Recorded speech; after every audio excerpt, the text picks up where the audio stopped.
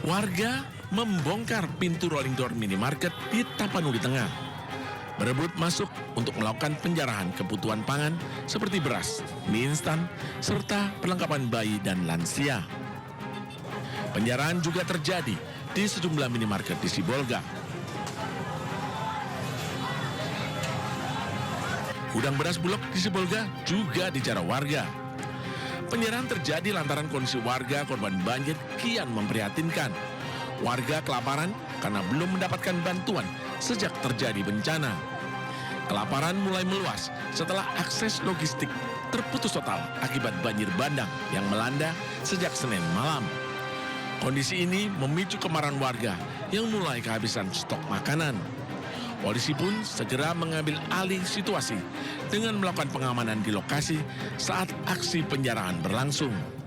Penjarahan yang terjadi di Tapanuli Tengah. Jadi kasus tersebut sudah ditangani oleh Polres Tapanuli Tengah.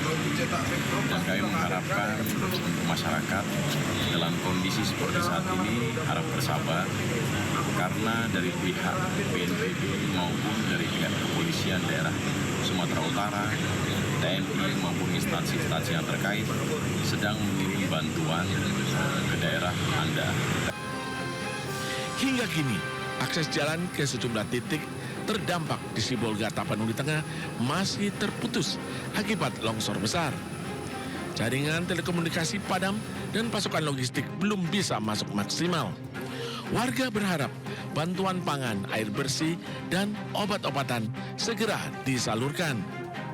Dari Medan, Sumatera Utara, Aminur Rashid, iNews melaporkan. Banjir bandang dan longsor melanda wilayah Sumatera Utara. Distribusi BBM pun terhambat. Dan di Mandailing Natal, Sumatera Utara, kendaraan antre hingga 5 km demi mendapatkan BBM yang jumlahnya dibatasi.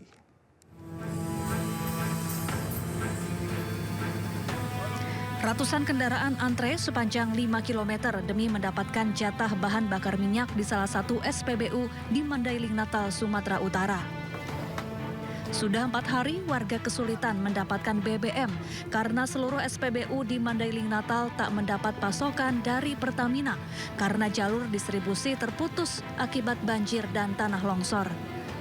Pada Sabtu malam sejumlah SPBU mendapat pasokan BBM dari depo Pertamina Dumai.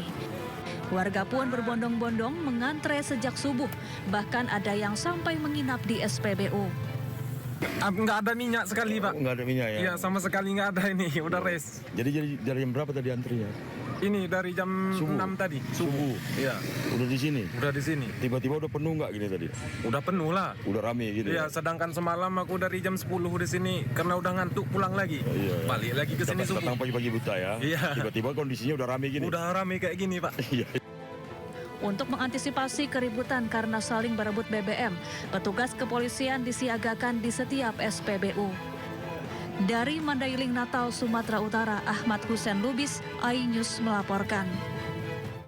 Informasi selanjutnya pemirsa, Kementerian Kehutanan buka suara soal video gelondongan kayu terseret banjir di Sumatera Utara.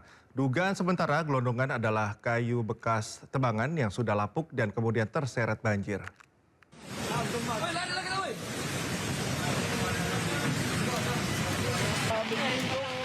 Kementerian Kehutanan buka suara soal beredarnya video viral di media sosial yang memperlihatkan tumpukan gelondongan kayu terbawa banjir di sejumlah wilayah di Sumatera Utara termasuk Kabupaten Tapanuli Selatan, Tapanuli Tengah, dan Kota Sibolga. Dirjen Penegakan Hukum Kementerian Kehutanan Dwi Januanto Nugroho mengatakan dugaan sementara gelondongan kayu bekas tebangan yang sudah lapuk dan kemudian terseret banjir. Namun pemeriksaan secara menyeluruh masih perlu dilakukan tim Gakum Kemenhub. Tim Gakum Kemenhub kerap melakukan operasi membongkar modus operandi pencurian kayu ilegal hasil pembalakan liar. Termasuk menemukan sejumlah kasus di wilayah yang sekarang terdampak banjir di Aceh, Sumatera Utara, dan Sumatera Barat. Dwi mengatakan tidak menutup kemungkinan kayu-kayu tersebut merupakan hasil pencurian kayu ilegal. Media sosial terkait dengan kayu-kayu yang menyertai arus banjir. Salah satu hasil analisis sumber-sumber kayu itu disampaikan oleh Pak Wamen juga, satu adalah kayu lapuk dua juga kayu yang akibat tadi siklon tadi, pohon tumbang ya, dan ketiga juga di area-area penebangan kayu-kayu yang biasanya dari area penebangan. Tadi juga disampaikan oleh Pak Wamen, kita deteksi bahwa itu dari PHT di APR. PHT adalah penebang hak atas tanah. Nah, di area penebangan yang kita deteksi dari PHT itu di APR, memang secara mekanisme untuk kayu-kayu yang tumbuh alami itu mengikuti regulasi kehutanan, dalam hal ini adalah SIPU, Sistem Informasi Penataan Hasil Hutan. Sebelumnya, rekaman video yang diunggah di media sosial diduga berasal dari Tapanuli Selatan dan Tapanuli Tengah di Sumatera Utara memperlihatkan kayu-kayu gelondongan yang ikut terbawa banjir. Sejumlah warganet mengaitkan kayu-kayu tersebut dengan fenomena deforestasi di wilayah Sumatera yang terdampak banjir dan longsor dalam beberapa waktu terakhir. Dari Jakarta, Rani Sanjaya Anyus melaporkan. Sementara itu, Menteri Kehutanan, pemirsa Raja Juli Antoni menyebut banjir Sumatera menjadi momentum pemerintah untuk menindak tegas pelaku pembalakan liar dan pelanggaran perubahan guna lahan. Saya mengucapkan bela sungkawa, duka mendalam terhadap bencana yang dihadapi oleh saudara-saudara kita di Aceh, Sumatera Utara, dan juga Sumatera Barat. Ini kita mendapatkan momentum yang baik justru. Semua mata melihat, semua telinga mendengar, semua kita merasakan apa yang terjadi di 3 provinsi itu. Berharap tidak akan melebar ke wilayah lain. Tapi ada momentum yang baik untuk kita mengevaluasi, introspeksi bahwa ada yang salah nih dari pengelolaan hutan dan lingkungan hidup kita. Dan alhamdulillah kita senang sekali Pak Presiden Prabowo Subianto juga dalam pidatonya kemarin mengatakan bahwa penebangan hutan yang liar, yang tidak terkontrol, ini adalah merupakan salah satu kontribusi terhadap bencana-bencana yang terjadi. Jadi satu sisi kami mengatakan duka mendalam tapi ini juga momentum yang baik untuk kita melakukan evaluasi kebijakan karena pendulumnya kalau ekonomi dan ekologi ini nampaknya pendulumnya malah terlalu ekonomi nih, harus ditarik ke tengah lagi gitu. Sementara itu, pemirsa, Wakil Ketua MPR RI Edi Suparno menilai temuan kayu gelondongan terseret banjir di Sumatera Utara perlu ditindaklanjuti. Aparat penegak hukum menelusuri asal-usul kayu gelondongan.